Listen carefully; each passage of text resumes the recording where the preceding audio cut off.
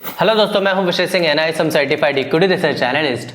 दोस्तों, ज्यादातर इन्वेस्टर निफ्टी 50 या सेंसेक्स या मिड कैप कैटेगरी के ETF में इन्वेस्टमेंट करते हैं, लेकिन क्या आपको पता है कुछ छुपे हुए और अंडररेटेड ऐसे ETF भी हैं जिनमें ग्रोथ की पोटेंशियल इन ETF से भी ज्यादा है, जिनमें आपको ऐसा ही रिस्क मैनेजमेंट मिलेगा और ऐसे ही ग्रोथ की पोटेंशियल मिलेगी जैसे कि आपको सेंसेक्स और निफ्टी 50 या मिड कैप कैटेगरी के ETF में मिलती है। तो आज मैं आपको 3 ऐसे ETF बताऊंगा जो काफी अंडर वैल्यूड हैं और जिनमें ग्रोथ की पोटेंशियल भी काफी ज्यादा है। लेकिन ध्यान दें, ये वीडियो कोई बाय और सेल का मैं रिकमेंडेशन नहीं दे रहा हूं, ये वीडियो प्योरली एजुकेशनल पर्पस के लिए है। तो बिना किसी देरी के शुरू करते हैं, लेकिन शुरू करने से पहले मैं आपसे रिक्वेस्ट करूंगा, अगर आपको लगे मैंने वाकई में आपकी टाइम की वैल्यू दे पाई या फिर आपको लगे कि मैंने आपको कुछ नया सिखाया है, तो वीडियो को लाइक कर देना और चैनल को सब्सक्राइब कर देना ताकि इस तरीके के वैल्यूएबल कंटेंट आपसे आगे मिस ना हो। तो सबसे पहला छुपा हुआ ETF या फिर ये मैं कहूँ काफी अंडररेटेड ETF है जिसका नाम आप अपनी स्क्रीन पर देख सकते हैं, निफ्टी 500 ETF, यानी कि जो कि मोतीलाल ओसवाल का है और इस पर बेस्ड कई सारे ETF मिल जाएंगे, लेकिन मेन मकसद है निफ्टी 500 ETF के बारे में बताने का। देखिए, अब कुछ भी शुरू करने से पहले मैं आपको बताऊं, कुछ ऐसे लोग भी होंगे जो सिर्फ वीडियो में ETF का नाम सुनकर ही चले जाएंगे लेकिन उनका सही रीजन नहीं जानेंगे। मैं हमेशा से ही आपसे कहता हूं, जब तक कि आपको किसी भी फाइनेंशियल मॉड्यूल में इन्वेस्टमेंट करने से पहले आपको सही रीजन ना पता हो, एक सिंगल पैसा भी आपको इन्वेस्टमेंट नहीं करनी चाहिए। देखिए, निफ्टी 500 ETF, वाई निफ्टी 500? देखिए, सबसे पहली बात क्या है निफ्टी 500 में कि आपको इस ETF में mid cap, large cap, small cap तीनों कैटेगरी में आपका पैसा इन्वेस्टमेंट किया जाएगा। यानी कि निफ्टी 500 में निफ्टी 50 भी शामिल है, मिड कैप कैटेगरी की 150 कंपनी भी शामिल है और स्मॉल कैप कैटेगरी की टॉप 50 कंपनी भी शामिल है। यानी कि आपका जो पैसा है वो ऑटोमेटिकली डाइवर्सिफाइड हो जाएगा। निफ्टी 50 में भी इन्वेस्टमेंट किया जाएगा, मिड कैप कैटेगरी में भी इन्वेस्टमेंट किया जाएगा और स्मॉल कैप कैटेगरी की कंपनी में भी इन्वेस्टमेंट किया जाएगा। तो ऑटोमेटिक आपको डाइवर्सिफिकेशन इसमें अच्छी खासी मिल जाती है। लेकिन सर, हमें डाइवर्सिफिकेशन से क्या करना, हमें तो रिटर्न से मतलब है। तो चलो आपको मैं एक स्क्रीन पर कुछ अच्छी चीज भी दिखाता हूं। तो देखिए, ये आपकी स्क्रीन पर निफ्टी 50 वर्सेस निफ्टी 500 का ग्राफ मैं आपको शो कर रहा हूँ पिछले लास्ट 5 ईयर का। तो आप इस ग्राफ में ये देखेंगे, ये जो ऑरेंज कलर वाली लाइन है वो निफ्टी 500 का ग्राफ शो कर रही है, जो कैंडलस्टिक का पैटर्न है, जो कैंडलस्टिक वाला जो ग्राफ जा रहा है वो कि निफ्टी 50 का ग्राफ है। ठीक है, तो आप इसमें कंसिस्टेंटली ये देखेंगे कि निफ्टी 500 जो है वो पिछले 5 साल में लगभग 2020 से कंसिस्टेंटली निफ्टी 50 को बीट करता हुआ जा रहा है। और आप अगर ओवरऑल इसके परसेंटेज के रिटर्न देखें ना, तो निफ्टी 500 ने पिछले 5 ईयर में 150.69% के, ये लाइव मार्केट में आपको दिखा रहा हूँ, 150% के रिटर्न दिए, जबकि निफ्टी 50 ने 110.53% के रिटर्न दिए। देखिए, इसीलिए मैं आपसे हमेशा से कहता हूं कि थोड़ा सा डेटा पर आप जाया कीजिए। जरूरी नहीं कि जहां पर भीड़ भाग रही है वहीं पर हमको भागना है। आप थोड़ा सा अपना बैक टेस्टेड रिसर्च कीजिए, आपको कुछ ना कुछ एक्स्ट्रा जरूर मिलेगा। जरूरी नहीं है कि जहां पूरी भीड़ भाग रही है निफ्टी 50 तो मतलब निफ्टी 50। नो डाउट निफ्टी 50 बहुत ज्यादा स्टेबल है, इंडिया की टॉप 50 कंपनी है, सब कुछ अच्छा है। तो मैं हमेशा से ये कहता हूं, इसका मतलब ये नहीं होता कि आप अपना सारा पैसा निफ्टी 50 में इन्वेस्टमेंट कर दें। देखिए, एसेट एलोकेशन की थाली ये कहती है कि never invest all of your money in a same bucket, यानी कि एक बकेट में आपको सारा पैसा इन्वेस्ट नहीं करना। तो यहां पर हमने ये देखा कि अगर आप निफ्टी 50 में इन्वेस्टमेंट करते हैं तो आप निफ्टी 500 में भी आप अपनी इन्वेस्टमेंट कर सकते हैं अपने फाइनेंशियल एडवाइजर से राय लेकर के। तो ओवरऑल मेरा कहने का मतलब है कि अगर आप निफ्टी 50 में ही इन्वेस्टमेंट करते हैं तो एक निफ्टी 500 भी कहीं ना कहीं एक अच्छा ऑल्टरनेट ऑप्शन रहता है। तो इस ग्राफ से क्लियरली पता पड़ रहा है कि निफ्टी 500 जो है वो निफ्टी 50 से अच्छा परफॉर्म कर रही है पिछले 5 सालों में। अब बहुत से यहां पर ये कहेंगे सर आपने सिर्फ 5 सालों को रिटर्न दिखाया। तो देखिए, मैं आपको ज्यादातर स्क्रीन पर कुछ दिखाता हूं।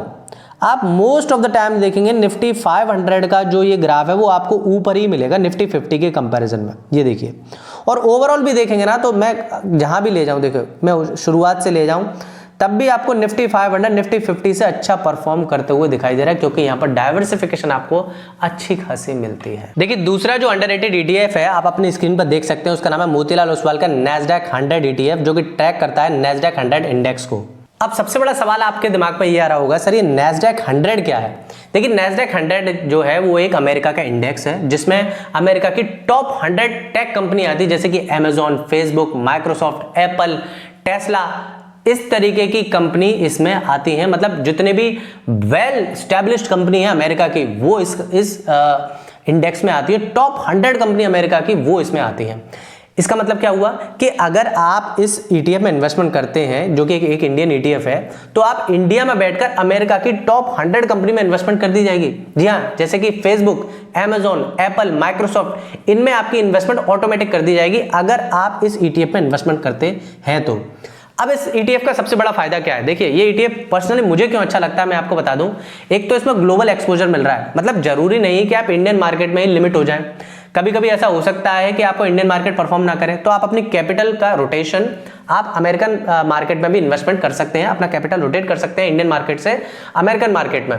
दूसरी सबसे बड़ी बात कि आप इंडिया में बैठकर अमेरिका की कंपनी में इन्वेस्टमेंट कर रहे हैं इस ETF के थ्रू, जो कि मुझे सबसे अच्छी लगती है। अगर आप बात करें इसके एक्सपेंस रेशियो की भी, तो मुझे ऐसा लगता है इसका एक्सपेंस रेशियो बहुत ज्यादा होना चाहिए था, लेकिन बहुत ज्यादा नहीं है। आप देखो तो 0.58% का सिर्फ एक्सपेंस रेशियो है।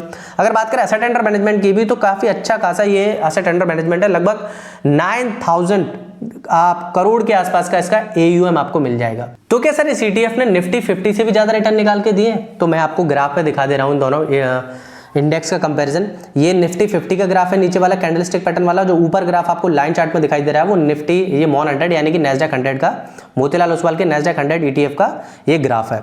आप ये देखो सिंस बिगिनिंग, मतलब 2050 के बाद से देखो ये ग्राफ आपको हमेशा से निफ्टी 50 के कंपैरिजन में अच्छा परफॉर्म करता हुआ दिखाई दे रहा होगा, हमेशा से आपको ऊपर दिखाई दे रहा होगा।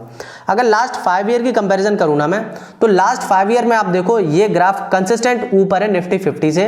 और आप अगर रिटर्न की भी अगर आप देखो ना रिटर्न में डिफरेंस, तो लास्ट 5 ईयर में निफ्टी 50 ने 110.64% के रिटर्न निकाल के दिए, जबकि मॉन 100 ETF ने, नैस्डैक 100 ETF ने लगभग 238% के रिटर्न निकाल करके दिए। अब आप मुझे कमेंट बॉक्स में बताइए कि नैस्डैक 100 ETF अच्छा है या निफ्टी 50 ETF अच्छा है, या फिर आप इन दोनों में से किस ETF में इन्वेस्टमेंट करना पसंद करेंगे। अब थर्ड जो छुपा हुआ ETF है आप अपनी स्क्रीन पर देख सकते हैं, उसका नाम है गोल्ड बीज। देखिए, गोल्ड के बारे में सब लोग जानते हैं, लेकिन गोल्ड की एक्चुअल में खासियत बहुत कम लोग जानते हैं when it comes to investment. देखिए, अगर आप बड़े फाइनेंशियल क्राइसिस देखेंगे ना, अभी तक जितने भी बड़े फाइनेंशियल क्राइसिस आए हैं, जैसे कि .com बबल आया, कोरोना का बबल आया, लेमन ब्रदर का ये क्राइसिस आया, आप हमेशा से देखना कि जब भी बड़े बड़े फाइनेंशियल क्राइसिस मार्केट में आए हैं, तब तक गोल्ड ने आपके कैपिटल को प्रोटेक्ट किया है, गोल्ड ने अच्छा परफॉर्म किया है उस क्राइसिस के दौरान। क्योंकि गोल्ड क्या करता है, अगर आप गोल्ड में इन्वेस्टमेंट करते हैं ना, तो पहला तो आपकी गोल्ड आपका कैपिटल को प्रोटेक्ट करता है, दूसरा हेज का काम करता है, यानी कि आपके पोर्टफोलियो को हमेशा से प्रोटेक्ट करने का काम करता है। आप मार्केट में जब भी बड़ी गिरावट देखेंगे, आप देखेंगे गोल्ड में स्टेबिलिटी आपको हमेशा से मिलेगी। गोल्ड आपको बहुत बड़ा डाउनफॉल आपको गोल्ड में कभी देखने को नहीं मिलेगा। इसलिए कैपिटल एलोकेशन की थाली में मैं पर्सनली अपने पोर्टफोलियो में गोल्ड का अच्छा खासा परसेंटेज रखता हूं। मैं ये नहीं कह रहा आप भी रखें, आप अपने फाइनेंशियल एडवाइजर से राय लेकर के आगे बढ़ सकते हैं, लेकिन गोल्ड बेस्ट ऑप्शन होता है जब आप अपने कैपिटल को प्रोटेक्ट करना चाहें, अपने पोर्टफोलियो को स्टेबल रखना चाहें और अपने पोर्टफोलियो को हेज के फॉर्म में काम करना चाहें। अच्छा, मैं आपको एग्जाम्पल से दिखाता हूं। देखिए, आपको पता होगा कोरोना से बड़ा कोई भी बड़ा फाइनेंशियल क्राइसिस नहीं देखा होगा आपने भी, जब ऐसा लग रहा था कि दुनिया खत्म हो जाएगी, कुछ नहीं बचेगा, सब फाइनेंसेस खत्म हो जाएंगे। बहुत बड़ी फाइनेंशियल क्राइसिस जहां पर लोगों ने मान ही लिया था, जहां पर ट्रेनें तक बंद हो गई थी, जहां पर सारे ट्रांसपोर्टेशन बंद हो चुका था, सब कुछ बंद हो चुका था, सारी कंपनियां बंद हो गई थी, सारे बिजनेसेस ठप हो चुके थे, जितने मैक्सिमम बिजनेसेस हो सकते हैं वो सारे बिजनेसेस बंद हो गए थे।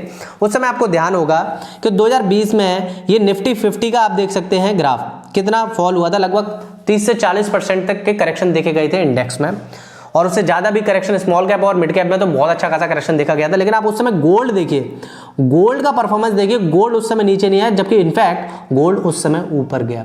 यानी कि इस बात से एक बात तो क्लियर हुई कि जब जब मार्केट अच्छा परफॉर्म नहीं करेगा, गोल्ड आपकी कैपिटल को हमेशा से ही प्रोटेक्ट करेगा। तो ये थे वो 3 अंडररेटेड ETF जिनके बारे में आज हमने डिस्कशन किया, जिनका हमने एनालिसिस की। आई होप ये तीनों ETF आपको पसंद आए होंगे। मुझे कमेंट बॉक्स में जरूर बताना इन तीनों ETF में आपकी क्या राय है, क्या आपने अपनी इन्वेस्टमेंट करी है इन ETF में या नहीं, क्या आप इन ETF को वाकई में कहीं ना कहीं अपने रडार में रखते हैं, ये मुझे कमेंट बॉक्स में जरूर बताना।